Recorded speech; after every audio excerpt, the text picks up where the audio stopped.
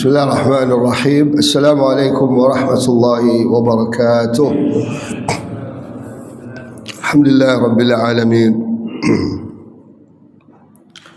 Wassalatu wassalamu ala asyrafil anbiya'i wal mursalin wa ala alihi wa sahbihi ajma'in. Amma ba'd.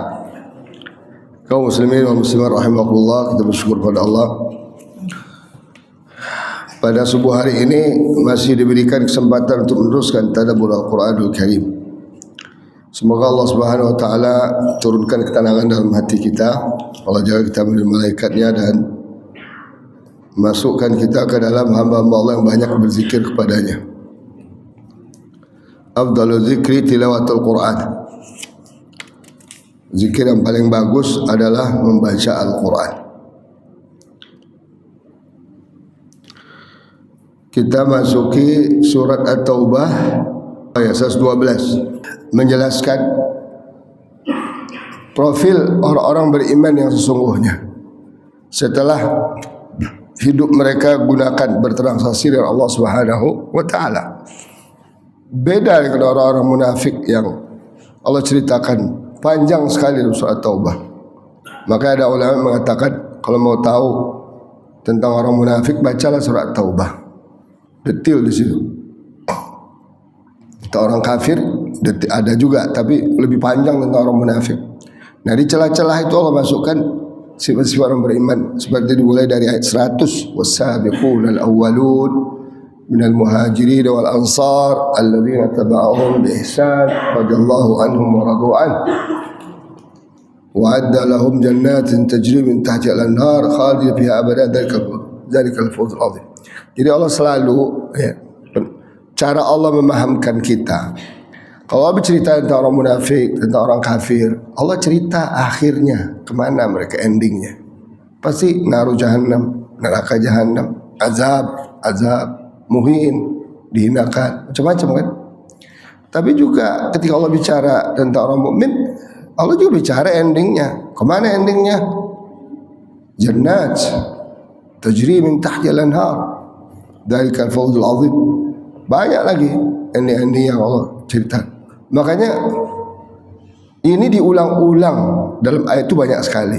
Kenapa? Karena seperti yang saya jelaskan dulu di awal, kenapa Al-Fatihah begitu strukturnya dimulai dari basmalah sampai semua surat ada basmalah kecuali surat At-Taubah. Tapi ada di ayat lain surat An-Naml kalau nggak silap ya, cerita tentang Nabi Sulaiman. Ada basmalah. Basmalah itu ada 114 kali dalam Al-Quran, sebanyak surat Al-Quran. Maka basmalah khususnya Al-Fatihah bagian dari surat Al-Fatihah. Yang problem kita hidup sekarang ini kan meluruskan orientasi hidup. Dan harusnya surga ridha Allah, itu sering melenceng begini tuh. Maka diluruskan, hati-hati, jangan kalian bersifat berperilaku seperti orang kafir, seperti orang munafik. Endingnya bahaya, gitu kan. Neraka. Berperilakulah sebagai seorang mukmin yang benar, mukmin sejati. Ya. Endingnya luar biasa juga nikmatnya. Agar kita itu memahami. Maka saya membayangkan deh, Quran ini sangat visual ya, sangat visual. Makanya banyak bagian-bagian yang bisa kita videokan, kita filmkan sebenarnya. Ya, kalau ada tim kreatif ini, saya bisa buatkan mungkin ratusan materi film-film pendek itu. Ya, bisa kita buatkan. Lagi zaman sekarang kan zaman digital, harusnya itu yang banyak kita buat. Nah, sampailah ayat 111 itu sebelum 112 ini menjelaskan tidak ada lagi yang terbaik hidup kita kecuali bertransaksi dengan Allah. Hidup kita ini sebentar loh. Siapa yang bilang lama hidup kita ini? Hayalan aja, angan-angan aja yang bilang kita ini lama kan. Sebentar. Hatta umur kita 100 tahun pun sebentar. Allah kasih 100 tahun nih, kayak muda terus nih 100 tahun. Enggak tua-tua itu umpamanya enggak bakal ada ya. Karena kullu da'in dawa illal maut wal haram. Setiap penyakit ada obat kecuali mati dan menua. Menua enggak ada obat deh. Pegane nggak mau putih jenggotnya nggak bisa, dicat orang cat. Pak hitam banget rambutnya, dicat ya enggak. Padahal udah kelihatan mah kita pangkalnya udah putih-putih kan, tinggal kan rambut tumbuh terus kan, dicat dan putih lagi, dicat putih lagi. Ya Allah, sebentar hidup kita ini. Allah dah tawarkan, innallaha syara minal mu'minina anfusahum wa amwalahum bi anna lahumul jannah. Allah akan membeli dari diri yang Allah kasih, harta yang Allah kasih, balasannya, imbalannya, harganya adalah surga. Masa nggak mau? Maka kita harus faham apa itu surga. Kalau orang Kristen, selamat di surga bapak begitu. Bapak di surga. Coba tanya surga mereka kayak apa sih? Nggak bakal bisa jelasin. Karena nggak ada surganya mereka, yang ada cuma neraka. Kalau kita punya pilihan surga atau neraka. Innallaha syara minal mu'minin. Allah membeli, seakan-akan Allah sudah beli ya. Artinya transaksi ini akadnya sudah ada, kita tanda tangan nggak? Kenapa Allah pakai bahasa di situ pakai fi'il madhi? Yang belajar bahasa Arab pasti tahu. Fi'il madhi kan sesuatu yang sudah terjadi kan, pas kan? Artinya apa? Allah sudah tanda tangan, pihak dia, pihak Allah sudah tanda tangan. Tinggal kita mau nggak tanda tangan. Innallaha ashtara minal mu'minina anfusahum wa amwalahum. Makanya kalau yang paling beruntung sekarang orang Gaza, orang Palestina, tiap hari, tiap detik dia jualan sama Allah Ta'ala dirinya. Bukan jualan agama. Ada orang Palestina yang datang ke sini, ya, yang mencaci-caci Hamas, caci jihad, itu orang Palestina murtad. Di sana orang berjuang berdarah-darah, dia malah mencaci maki jihad, mencaci maki pelaku jihad. Yang nggak dicaci Yahudi sama dia. Kan lucu kan? Berarti ini orang utusan Yahudi nih, hati-hati. Diberi tempat di Radio Roja. Radio Roja ini tempat fitnah akhir zaman. Wadah fitnah akhir zaman. Ya, TV Roja ini. Dulu pernah ribut saya sama mbahnya tuh, rahimahullah, udah meninggal. Bacalah di internet surat saya, surat terbuka kepada fulan-fulan. Karena kelakuan-kelakuan mereka itu ya nggak matching dengan Al-Quran dan Sunnah. Padahal mengklaim pengikut penegak Sunnah. Kelakuannya syaitan. Ya. Saya kasih tahu jamaah ini, Raja itu sumber fitnah akhir zaman ini. Datangin orang-orang yang nggak jelas, yang hanya membuat fitnah. Makanya dijawab sama temen, ini sunnah atau fitnah yang dikerjain. Jadi kaum muslimin rahimakumullah, orang tiap saat, mau kecil, mau tua, mau besar, mau muda, perempuan, laki-laki di Gaza itu, innallaha ashtara minal mu'minina anfusahum wa amwalahum. Tiap hari mereka transaksi dengan Allah. Masa kita tuduh mereka sesat? Yang sesat kita atau mereka? Mikir dikit, nggak usah pakai ayat dah. Mikir dikit ya. Ya, saya lihat tadi malam di video Australia itu akan demo besar-besaran, gabung beberapa kota, ya, mengecam terorisme, pembunuhan massal dilakukan oleh Yahudi. Ini semua dicaci maki, kecuali Yahudi yang nggak dicaci maki, yang dari Palestina. Harusnya ketemu saya itu orangnya, ketemu saya hajar itu, ya, kurang ajar itu orangnya, kurang ajar betul itu. Allah akan tindak dia insyaallah taala. Semua orang di dunia ada sepakat bahwa Palestina dan negeri Syam itu pusat percaturan akhir zaman sesuai yang Rasulullah SAW sebutkan, sesuai yang Allah sebutkan. Berarti perlawanan terhadap penjajah.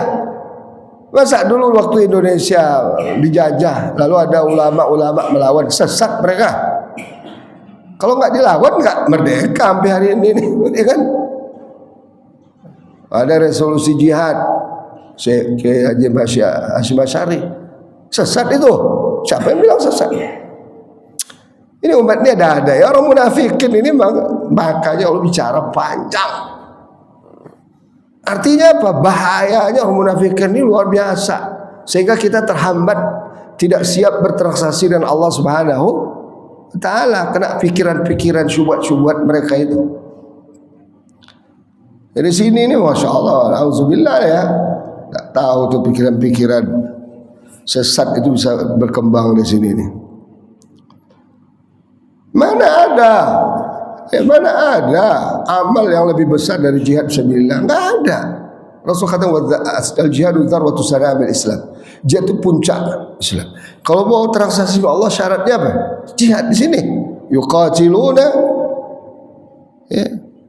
Yuqatiluna fi sabilillah fayaqtuluna yuqtalun. Mereka harus siap berperang ya Allah, mereka membunuh atau dibunuh, itu aja. Wah, ini kan Hamas disebab kehancurannya Gaza. Lah, emang Hamas kapan lahirnya? Negara 7 Oktober. Palestina itu sama Suriah segala macam itu sudah dijajah oleh Inggris sejak 1917. Hah? Kemudian diserahkan ke Yahudi 1948. Tanggal 2 bulan Mei 1948. Baru 1 jam 2 jam deklarasi Ben Gurion negara Israel berdiri, langsung didukung Amerika, Eropa, karena itu direkayasa oleh PBB.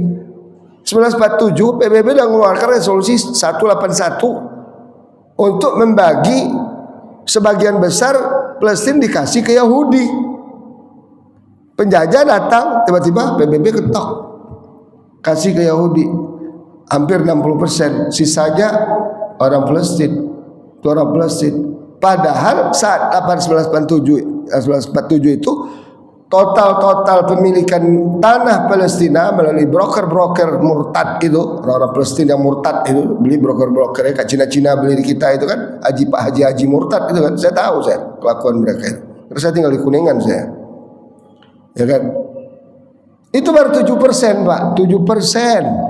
Masa dikasih 63% Yahudi? Itu pun dibeli 7% melalui kong kali kong. Kayak di sini laut dapat sertifikat, kayak itulah kira-kira. Ada pejabat-pejabat yang pengkhianat yang jual. Maka solusinya jihad, nggak ada solusi. Coba cari di dunia ini, termasuk dunia kafir. Vietnam itu menang kenapa? Perang, perang. Afghanistan menang lawan Soviet, lawan Amerika, kenapa? Perang. Lalu datang orang Palestina murtad ke sini, enggak, perang enggak benar, jihad enggak benar. Kenapa enggak nyerah aja sama Yahudi sama Israel daripada dihancurkan begini? Lihat, daripada dihancurkan nih. Innallaha syara minal mu'minina. Mereka enggak mau baca ayat ini, main akal-akalan. Padahal katanya sunnah. Kalau sunnah itu enggak boleh akal-akalan. Hati-hati yang sok-sok sunnah di sini, di mana nih? Ada enggak di sini? Hati-hati. Sunnah itu harus diterapkan pemahamannya dari Al-Quran dan Sunnah. Jangan comot-comot seenak perut kau. Ya. Ada keedah-keedah tafsir, keedah-keedah hadis, ada aja seenaknya aja. Ini gara-gara Hamas 7 Oktober nih, masyarakatnya dibantai. Emang 7 Oktober perkaranya? Enggak, 1918, dituskan 1948. Dunia ini sepakat Yahudi itu mau dibuang oleh Eropa dan mau ditaruh di Palestina. Itu kerjaan mereka. Dan itu juga prediksi Rasulullah. Artinya nubuat Rasulullah SAW akan mengumpul mereka di situ, nanti akan dibunuh oleh kaum muslimin kan. Nggak baca hadis nih orang. Ya, hadis sudah jelas katakan akan selalu ada kelompok yang berpegang teguh dengan Islam dan kebenaran. Mereka tidak akan bisa dibasmi.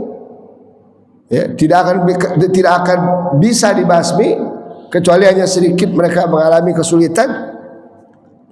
Ya. Di mana mereka ya Rasulullah? Ditanya sahabat mereka, fil Baitul Maqdis wa Aqnab Baitul Maqdis. Mereka di Baitul Maqdis ya, sekarang kan Aqnab sekitar Baitul Maqdis. Gaza itu termasuk sebagian dari sekitar Baitul Maqdis. Bilang pula lagi hadis yang enggak sahih. Mana ada pintar dari Imam Az-Zahabi. Imam Az-Zahabi bilang hadisnya sahih, didukung oleh hadis-hadis yang lain. Ya kan? Aduh, payah nih. didatangkan setan-setan dari Gaza itu. Harus kalau ente pro Yahudi jangan ke Indonesia, ke New York ente mainnya, Las Vegas ente mainnya. Jangan pakai jubah ente, pakai celana pendek ente, harusnya pakai jubah. Ya Allah, pengen saya temu tuh orang tuh, saya hajar habis. Baca satu ayat ini kelepek-kelepek. Innallaha syara minal mu'minina anfusahum wa amwalahum bi anna lahumul jannah. Nggak ada ruginya berperang tuh kok, nggak ada. Kalau orientasinya surga. Fayaqtuluna yuqatiluna fi sabilillah. Mereka perang terus jalan Allah. Apalagi negeri di jajah, wajib hukumnya, fardu ain hukumnya tuh. Tahu nggak dia fardu ain? Dia lari dari Gaza itu murtad dia. Apalagi memfitnah-fitnah mujahidin. Ya kan?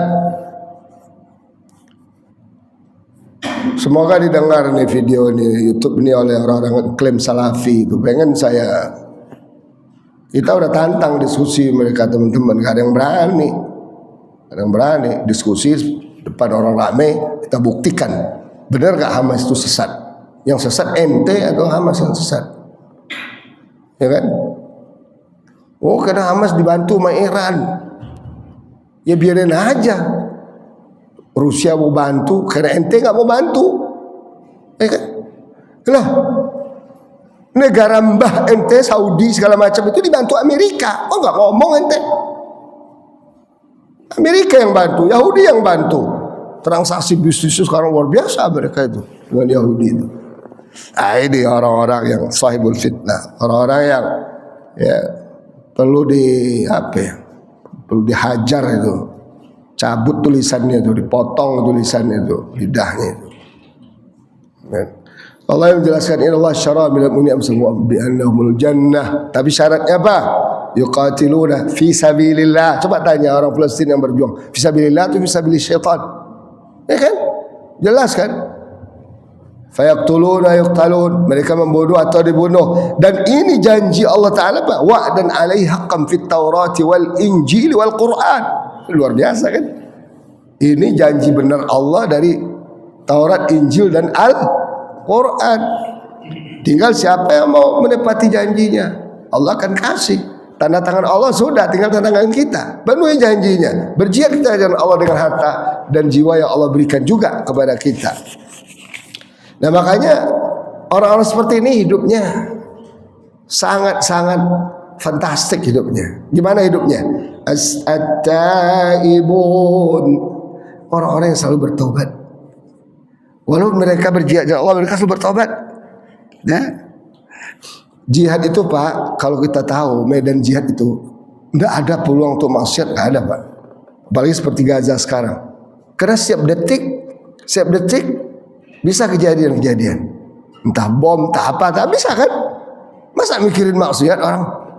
Makan susah, nggak bisa makan. Masa bikin maksiat? Insya Allah ya. Tapi mereka tetap bertaubat. At-taibun, al-abidun, tetap mereka beribadah. Coba lihat di tenda-tenda, mereka beribadah, buat salat Jumat, buat salat tarawih, buat ini macam-macam. Lah kita masjid bagus-bagus pakai AC, nggak datang ke masjid, nggak ibadah kita. Jadi karakter orang yang sudah berterasi dan Allah itu bisa dilihat ya. Kerjanya apa? Al-taibun, al-abidun, al-hamidun, selalu memuji Allah, bersyukur pada Allah. Kenapa? Oh, pintu surga depan mata kok. Ada nggak syukur yang lebih nikmat Allah yang lebih kita syukuri dari surga? Nggak ada. Surga ini karena surga itu unlimited dan fantastik ya kan? Ya kita syukurnya gede. Mereka dunia ada bersyukur karena yakin masuk surga. Ya. As-saihun, mereka as-saihun berarti as-saihun. As-saihun itu orang yang saih, orang yang berjalan-jalan, menikmati, pindah ke sini, diusir, dibantai di sini, lari ke sini. Saihun, saih, kayak orang wisatawan. Perasaannya tuh wisatawan. Pindah dari rumah yang dihancurkan ke tenda, itu kayak wisatawan. Pindah dari tenda yang dihancurkan ke tenda yang lain, itu dia as-saihun, saih. ke orang wisata, menikmati pemandangan yang indah.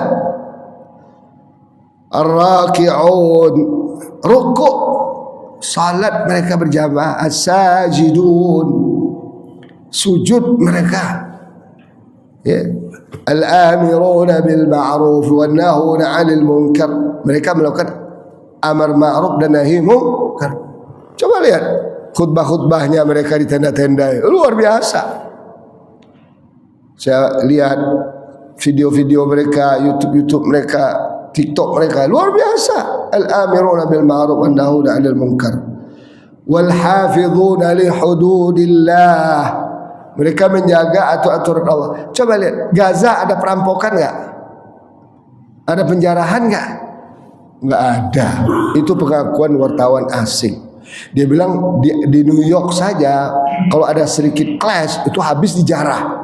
Ada sedikit isu, bensin naik, bahan baku naik, itu langsung dijarah toko-toko. Ada nggak penjarahan di Gaza? Ada. Kemudian yang menarik lagi pengakuan dari orang-orang asing itu, kalau kita mana tahu kan, Gaza itu kan ribuan orang masih di dalam runtuhan. Ada bau amis gak? Bau busuk gak? Nggak ada. Ada bau busuk, Pak. Berarti mayat-mayat mereka itu dihormati Allah. Mayat-mayat yang syahid di jalan nggak ada bau busuk. Kalau nggak, coba di Amerika, New York dibom kayak itu, atau Tel Aviv, pastilah nggak akan bisa orang ke situ karena penuh dengan bau busuk. Ini nggak ada. Yang ada malah bau kasturi, bau minyak wangi. Ada syahid, ini bau minyak wangi. Mau tanda apa lagi ente, hei orang munafik Palestina, orang munafik Indonesia? Mau apa lagi ente? Dalil ayatnya ente ada, ente nggak baca, nggak mau baca. Ada hadisnya ada. Nah, fakta lapangannya ada. Kalau Gaza itu orang jahat, ada banyaklah kriminal yang terjadi kan. Ada beberapa orang direkayasa oleh Yahudi memang untuk jadi tukang kota atau penyamun, tapi dihabisi oleh mujahidin. Nah, sekarang udah nggak ada lagi. Tadi itu tukang penyamun tuh yang ngetop truk bantuan, diklaim begini-gini, gara-gara Hamas kami nggak bisa makan, makanya dia ngerampok. Ternyata itu diatur oleh Yahudi, oleh Mossad, buat kelompok-kelompok Palestina keblinger itu. Ya nggak mungkin lah semua orang dimanapun di Makkah, Madinah zaman Nabi juga nggak semuanya orang mukmin kan, ada munafiknya kan. Jangan bilang pula itu kan ada munafiknya di Gaza, di Madinah zaman Nabi. Ini cerita Al-Quran panjang, ya kan? Nggak akan habis orang munafik sampai mereka semua masuk neraka, baru habis itu. Masuk neraka semua orang kafir. Allah jami'ul munafiqin wal kafirin fi jahannam jami'a. Allah akan himpunkan orang kafir, orang munafik itu dalam neraka jahannam semuanya. Na'udzubillahi min dzalik. Wa basyiril mu'minin. Lah kalau ada orang kerjanya begitu, at-taibun al-abidun al-hamidun as-sa'ihun ar-raki'un as-sajidun amirun bil ma'ruf wan nahyi 'anil munkar wal hafizun billah. Ya itulah orang mukmin. Orang mukmin yang dapat berita gembira, artinya orang mukmin yang masuk surga.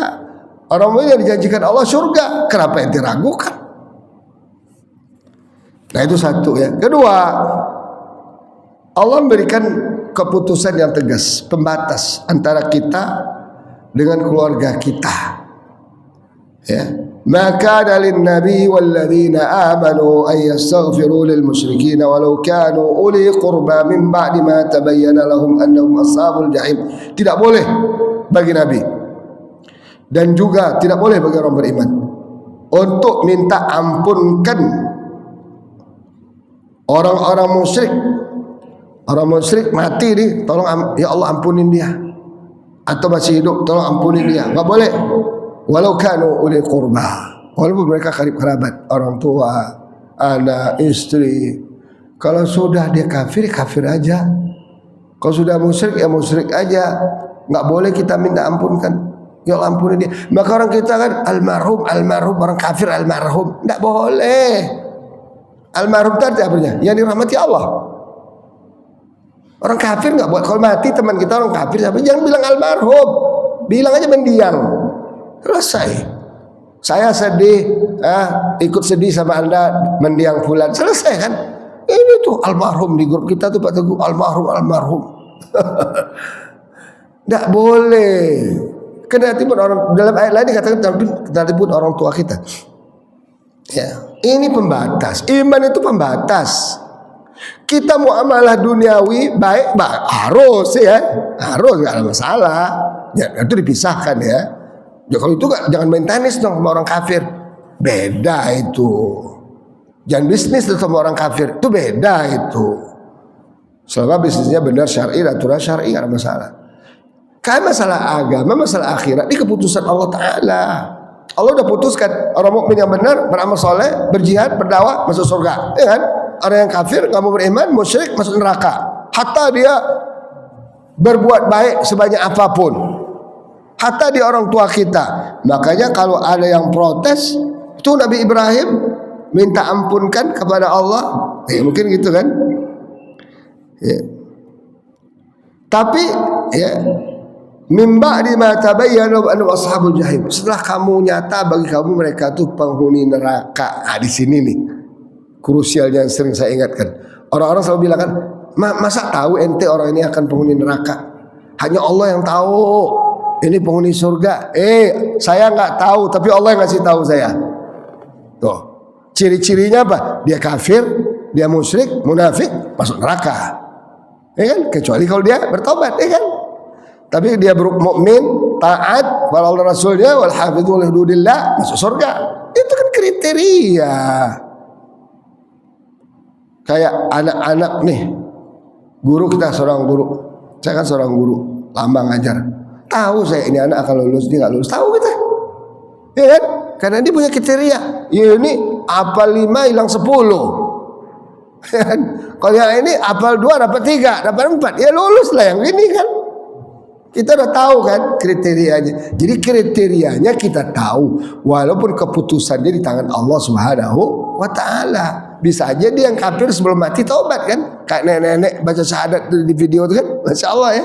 Nenek-nenek udah mau sekarat, bersyahadat, dirayu-rayu itu sama anaknya, berhasil masuk besar. Itu rahmat Allah Ta'ala. Tapi selama dia belum bersyahadat, kita bisa yakinkan. Apalagi kita tahu dia mati dalam tanpa sebelum bersyahadat, pasti itu. Jadi orang Yahudi ini ada-ada aja kelakuan dari mereka, membuat kita ragu kan. Akhirnya kita ragu, ini mukmin, ini kafir, ragu kita. Ini akan masuk surga, masuk neraka, ragu. Akhirnya kita nggak ngapa-ngapain, masuk neraka nanti ujung-ujungnya. Nggak sholat, nggak apa, ya kan? Jangan mau kita. Tapi setelah jelas mereka penghuni neraka itu artinya apa? Nggak kunjung masuk Islam, ya, nggak kunjung bisa bersyahadat kayak paman Nabi sampai detik-detik terakhir, kayak anak Nabi Nuh, kayak istri Nabi Lut, kayak bapaknya Nabi Ibrahim. Ada contoh-contoh. Lalu bagaimana doa Nabi Ibrahim? Pernah Ibrahim berdoa agar Allah ampuni dia. Allah jawab di sini, maka istighfar Ibrahim li abi, tidaklah minta ampunnya Ibrahim untuk bapaknya itu kepada Allah ya, illa am mau'idatin wa'adaha iya, kecuali dia kasih batas waktu. Kalau kamu sampai segini enggak masuk Islam juga, saya berlepas diri. Kira-kira gitu. Falamma tabayyana lahu, setelah nyata-nyata bagi Ibrahim adahu adulillahi tabarra'amin, orang ini bapaknya ini musuh Allah, dia berlepas diri, makanya hijrah dia. Kapan Ibrahim hijrah ke Palestina dari Irak? Kapan? Setelah dia dibakar. Waktu itu orang tuanya masih hidup nggak? Hidup. Setelah itu dia berlepas diri, udah nggak ingat lagi orang tuanya. Sudahlah, kalau kamu nggak mau, jadi dikasih batas sama dia kan. Jangan dituduh pula, tuh kan Ibrahim ada mendoain orang tuanya. Enggak, Ibrahim itu dia masih berharap, masih memberikan limit waktu. Ya. Setelah nyata bagi dia ayahnya itu musuh Allah, dia berlepas diri. Inna Ibrahim la'awwahun halim. Karena karakter Ibrahim ini orang yang cepat tersentuh, orang yang sangat santun. Boleh nggak santun orang kafir? Boleh. Boleh, wajib malah kita santun orang kafir. Santun ini ujung-ujungnya disantuni kan gitu kan. Disantuni itu apa? Kasih dia buah, kasih dia apa yang kita bisa, gitu kan. Tetangga ini orang kafir, ya harus kasih Pak, karena tetangga itu ada kewajiban kita pada mereka. Ya kita pulang luar kota beli apa, kasih dia. Nah itu mah bagus. Ya kita kadang-kadang salah, ada yang salah paham juga kan, sama orang kafir putus hubungan katanya, kayak putus hubungan menyamuk, ya kan, putus hubungan. Nggak boleh. Sebagai manusia kita harus tetap berhubungan, kecuali dia memerangi kita. Nah itu lain, ya kan? Dia ikut mendukung Israel pokoknya kan. Nah itu beda cerita itu, ya kan? Wa ma kana Allahu liyudilla qauman ba'da idh hadahum hatta yubayyana lahum ma yattaqun. Innallaha bikulli syai'in alim. Nah ini kaidah Allah buat. Kaidah apa? Allah tidak akan pernah menyesatkan satu kaum setelah Allah berikan hidayah, Allah turunkan hidayah, ya. Ada Al-Quran, ada Taurat, ada Injil, hatta yubayyana ma yattaqun, sampai Allah jelaskan apa-apa yang harus mereka tinggalkan. Takwa itu artinya menjalankan apa yang harus mereka jalankan, apa yang harus mereka tinggalkan. Quran itu kan itu isinya, Taurat kan itu isinya, Injil itu. Kalau nggak dirubah-rubah itu Taurat Injil itu isinya memang Quran isinya. Ini perintah, ini larangan, ini perintah, ini larangan kan? Innallaha bikulli syai'in alim. Allah mengetahui atas segala sesuatu. Artinya apa? Jangan ada pikiran untuk menyalahkan Allah. Saya tersesat begini karena Allah nggak kasih saya petunjuk. Allah sudah kasih, pertama akal ente, gunakan tuh akal. Bang, kamu idiot apa? Kalau udah berakal gila ya sudah selesai, nggak ada kewajiban beragama. Ada orang gila, keluarga kita tuh siapapun, ya Allah Maha tahu. Nggak usah kita pikirin, itu di luar domain kita.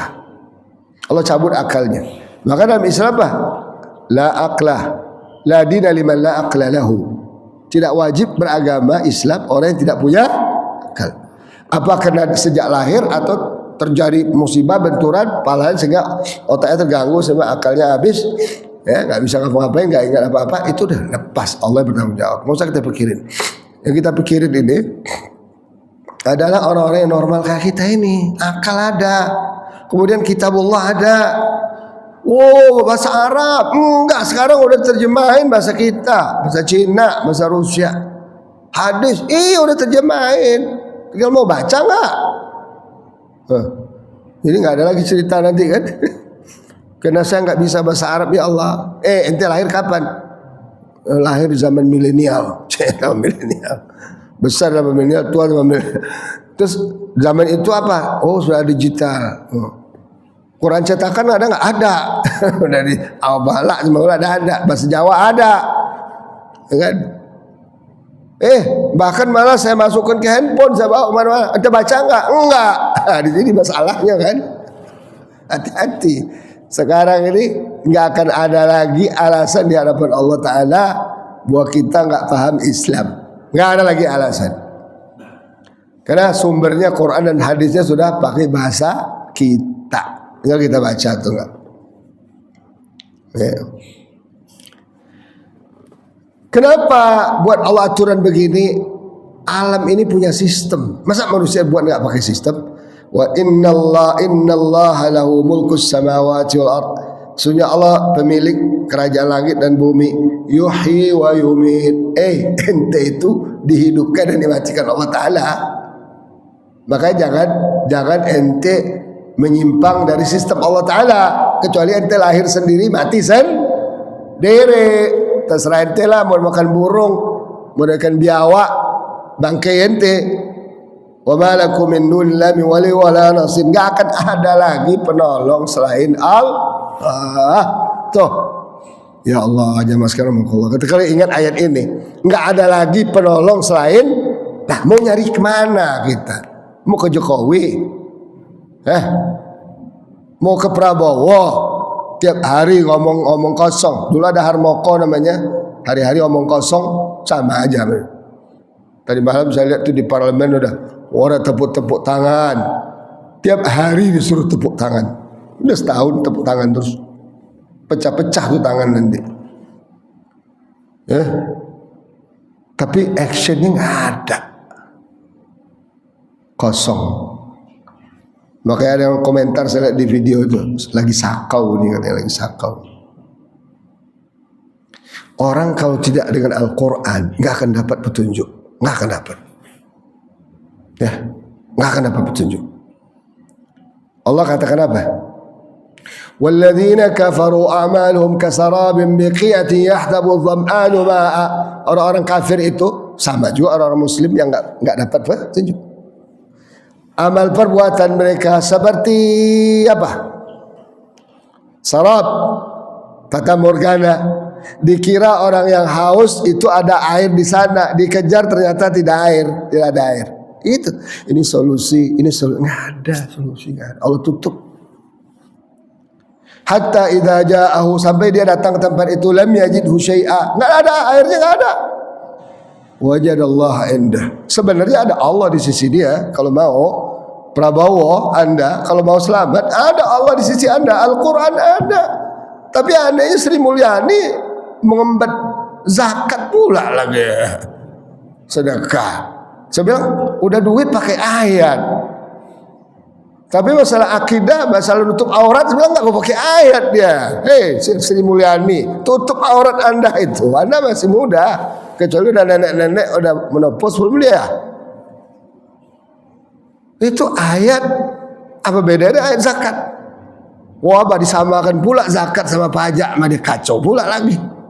Ngiler aja mereka lihat uang umat itu ya. Rekening ternyata dasar 120 juta rekening untuk membuang blokirnya bayar 100.000, 12 triliun. Saya habis khutbah Jumat yang lalu di masjid, diprotes saya sama suami anggota DPR.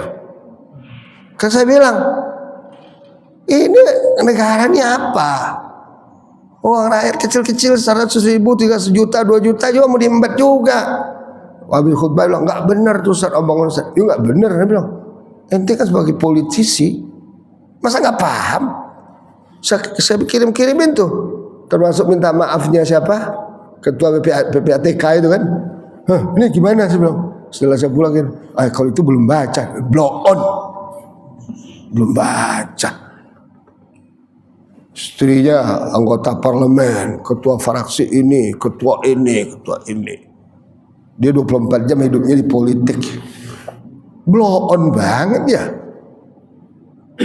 Kayaknya kalau penguasa nggak ngerasa tuh kan, kalau ngerampok, kalau mereka di dalam link kekuasaan nggak ngerasa kan. Berarti mereka ikut bermain ini, pikiran saya. Wah, ini ikut bermain nih mereka ini, jangan-jangan. Ya buktinya ketika disodorkan aturan perampasan hak, harta koruptor, yang nolak siapa? DPR yang nolak. Artinya apa? Ya sudah, DPR itu tukang rampok, sudah. Makanya banyak yang bilang bubarin aja, mau bubarin polisi, DPR, jaksa, hakim, lawyer yang bodoh-bodoh itu bubarin aja harusnya. Kalau kita mau merdeka. Mereka itu yang penjajah sampai hari ini. Allah itu yuhyi wa yumit, punya aturan, punya sistem. Nggak akan ada lagi penolong kita selain Allah Ta'ala. Menjelaskan, walakum min dunillahi wali wa nasir. Nah kemudian masuk ayat terakhir yang kita baca ini. Ternyata memang berjuang itu susah. Untuk bisa transaksi sama Allah itu susah. Sampai Nabi dan sahabat pun salah, melakukan kesalahan. Sampai-sampai Allah terima taubat mereka. Laqad taballahu 'alan nabi. Sungguh Allah telah terima taubatnya Nabi. Wal muhajirin wal ansar, pasukan muhajirin dan ansar. Alladzina taba'uhu, yang ikut Nabi kapan? Sa'atil usrah, zaman, waktu, momen yang sangat sulit. Apa itu? Waktu perang Tabuk. Disuruh oleh Allah memerangi Yahudi yang kabur dari Medina, di Tabuk sana disuruh. Jalan aja sebulan baru nyampe ke sana. Musim panas. Perintah Allahnya mendadak, nggak ada kesiapan. Sampai kita baca sirah, saya baca sirah sahabat itu. Sahabat itu kurma itu nggak digigit, diisap doang kayak permen, terus kasih lagi ke teman, kasih lagi ke teman, muter gitu. Makanya saking sulitnya nyaris mereka murtad. Di ayat lain dikatakan nyaris kalau nggak ada bantuan Allah. Makanya keluarlah istilah ingat Allah waktu mudah, Allah akan ingat kita waktu susah. Sekarang ini kita mudah nih, nanti makanya jangan lupa ingat Allah. Ingat Allah apa ya? Ikut aturan Allah. Nanti waktu susah kita malaka min dunillahi wa nasir. Enggak akan ada lagi penolong Allah Taala. Ini sahabat Nabi Allah selamatkan. Kenapa? Karena amal-amal soleh mereka ketika masih mudah, dalam kondisi mudah, mereka enggak lupa Allah Taala. Enggak lupa itu bukan eling-eling maksudnya ya. Menjalankan aturan Allah. Salatnya, ibadah lainnya, zikirnya, Qur'annya, tilawahnya, munajatnya, salawatnya. Jangan lupa baca terus. Karena kita butuh. Nah, kita kayaknya untuk perang seperti perang Tabuk, seperti Gaza jauh lah. Ya. Karena ada perang di sini kan. Semuanya ngekor sama Jokowi masih. Nggak akan ada perang lah di sini kan. Tapi ya, walaupun tidak ada perang, kondisi akhir zaman, fitnah akhir zaman ini berat. Sampai Rasul kata orang yang komitmen agama di akhir zaman sebab megang bara api. Datang orang Palestina ngaco-ngaco ke sini. Oh dia kan orang Palestina, lebih tahulah dia dari kita. Saya bilang otak ente di mana? Abu Lahab itu, Abu Jahal itu di Mekah dia tinggalnya, lahirnya, bahasa Arab fasih. Masa dia lebih tahu dari Abu Bakar? Ya kan? Kan ada Abu Lahab, ada Abu Bakar. Kita ikut Abu Bakar, Abu Lahab. Silakan ikut Abu Lahab. Tabbat yada Abi Lahabin wa tab. Abdullah bin Ubay bin Salul itu Madinah dia, tokoh munafikin. Kok tempat dijadikan alasan dulu? Si Semprul itu datang, dibilang dari Gaza, dibilang jangan-jangan mungkin nggak dari Gaza juga, dari mana? Klaim-klaim doang, mereka mesti bohong kan? Mereka ya dari Gaza sama Zionis kan? Enggak, tempat itu enggak menentukan benar dan salah, hak dan batil. Yang menentukan itu Quran. Kalau gitu anak Nabi Nuh besar di rumahnya, istri Nabi Lut besar di rumahnya, Pak ayah Ibrahim bersama tinggal dengan Ibrahim, Nabi Muhammad bertahun-tahun tinggal sama pamannya. Abu Lahab, Abu Jahal, ya Allah, orang kalau otak didengkul begini jadinya nih, saya bilang. Otak itu jangan didengkul, taruh di kepala, terhormat dia, cerdas dia. Jadi kita akan mengalami masa-masa sulit. Yang paling sulit kita ada sakratul maut. Tuh, siapa yang nolong kita nanti ketika sakratul maut? Walaula idza balagatil hulqum. Coba lihat ketika napasmu sudah sampai di tenggorokan. Wa antum hina idzin tanzurun. Kamu kan lihat orang-orang yang sekarat itu, tolong bantu dia, bisa enggak? Enggak bakal bisa kita. Makanya jangan percaya sama orang kita, percaya sama Allah Taala. Karena Allah akan bantu kita sakratul maut. Sakratul maut itu kita yang berhadap-hadapan sendiri. Ya, berhadap-hadapan sendiri dengan malaikat maut. Ya, kalau mati kita, alhamdulillah kayak anak saya mati, bus langsung hilang. Kalau kita sakit, ya kan? Kurus badan, tenaga berkurang, tiba-tiba lama-lama sakaratul maut, bertarung ya kita sendiri. Anak istri kita melihat doang, paling-paling doaan doang. Yang kita andalkan apa? Diri sendiri kita andalkan. Maka ketika kita mudah seperti sekarang, jangan lupa Allah Ta'ala. Ya. Allahumma la sahla illa ma ja'altahu sahla wa anta taj'alil huzna idza syi'ta sahla. Ya Allah, tidak ada kemudahan kecuali Engkau jadikan mudah. Engkau bisa jadikan kesedihan mudah. Tidak ada kesedihan kami, kesulitan kecuali ketika sakratul.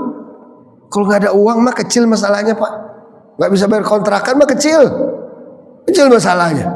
Nggak bisa beli susu anak, kecil masalahnya. Yang lebih besar masalah harus kita pikir ketika sakratul maut. Dan kita nggak tahu kapan itu datang. Apa kita mati tabrakan lalu kita nggak ngerasa sakitnya, terus hilang nyawa, atau ditembak sama orang kafir, kita lagi ngaji, lagi sholat, nggak tahu juga kita. Tapi kita ya berpikir kalau ada scam, istilahnya itu ya, carilah yang scam yang terburuk, ya kan?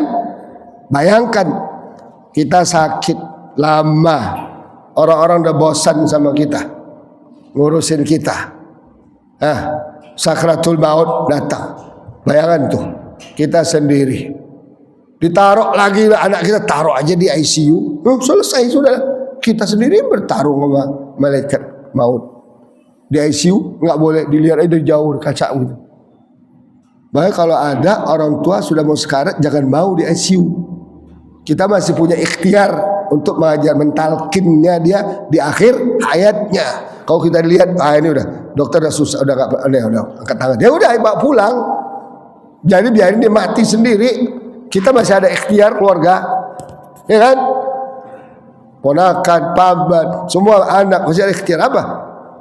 Bacain Quran, kita doain, kita ajarin, talqin, semoga ya kan ikhtiar kita diterima Allah Subhanahu wa ta'ala. Tapi orang yang nggak tahu, keenakan tuh taruh orang tuanya di ICU. Keenakan dia merasa, oh lepas saya. Lepas, orang tua ente sekarang bertarung sendiri, ibu ente bertarung sendiri, bapak ente bertarung sendiri. Waktu ente kecil mereka bertarung juga, ya melihara kamu. Masa ketika di sakratul maut mendekat sama kamu nggak mau perhatian sama dia? Ini anak durhaka. Ada yang bilang sama saya, Ustaz, saya punya anak 8, saya rawat semuanya mereka, satu rumah serumah. Sekarang udah saya tua, satu pun nggak ada yang mau rawat saya. Mungkin salah tarbiyah kali Pak, salah pendidikan. Maka saya sekarang ada program tarbiyah keluarga ya, silakan mau daftar. Ya ada di online, ada yang offline, insya Allah. Jadi ini keluarga kita ini udah hancur berantakan Pak. Hubungan itu udah sangat materialistik ya orang Barat gitu kan. Oh karena saya punya duit, taruh aja orang tua panti asuhan. Anak durhaka. Ya, terlepaslah dari orang tua dulu gak ngurusin kita. Kita punya kewajiban. Jadi jangan dikait-kaitkan. Kan juga bilang dulu saya nggak diurus. Itu urusan dia. Malah kamu hebat.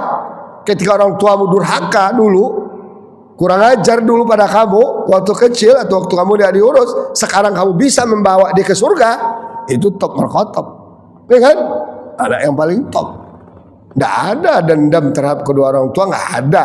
Sejahat apapun dia, tetap jasa dia lebih baik dari kita, dari anaknya kepada dibanding daripada kita anak kepada orang tua kan, melahirkan, merawat segala macam. Nah inilah yang hilang sekarang di akhir zaman nih. Makanya saya buat sekarang pengajian keluarga, ya kan, namanya program tarbiyah keluarga, membangun pertahanan keluarga di akhir zaman. Keluarga kita harus bertahan, harus utuh Pak, harus utuh. Anak cucu harus utuh. Gak boleh yang ini di sana mau kirim duit doang dipikirin. Jangan, nanti kita sakratul maut biarin sendiri. Gak apa-apa anak kita gak kasih kita duit sekarang, tapi kasih kita doa, ya kan? Kasih kita bimbingan setelah kita tua, diantarin kita ke masjid, ya kan?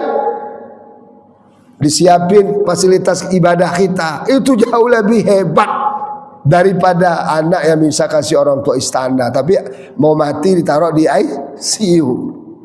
Siapa yang mau mentalkinkan? Astagfirullah. Nah jadi kaum muslimin rahimakumullah, Nabi pun orang-orang mukmin terbaik bersama mereka, sahabat dari kalangan Ansar Muhajirin juga mengalami kesulitan. Kapan kesulitan paling sulit? Itu perang Tabuk. Min ba'di ma kada nyaris hati mereka tersesat. Artinya apa? Sesat zaman itu artinya pulang, nggak mau lagi berperang, capek-capekin aja, kan? Enggak. Summataba alaihim, kemudian Allah terima taubat mereka. Innahu bihim raufur rahim. Kenapa Allah terima taubat mereka? Karena Allah Maha penyayang, pengampun penyayang pada mereka. Karena mereka amalnya luar biasa, kejujurannya luar biasa, keseriusan waktu mudahnya luar biasa kan. Nah kita all out menjadi seorang hamba Allah dalam kondisi mudah ini. Ketika waktu susah nanti pasti Allah tolong kita. Kalau kita nggak dapat susah sakit, ya susah sakratul maut. Kalau kita nggak dapat susah ekonomi, ya susah sakratul maut. Ya banyak. Semua orang nggak akan lepas dari sakratul maut.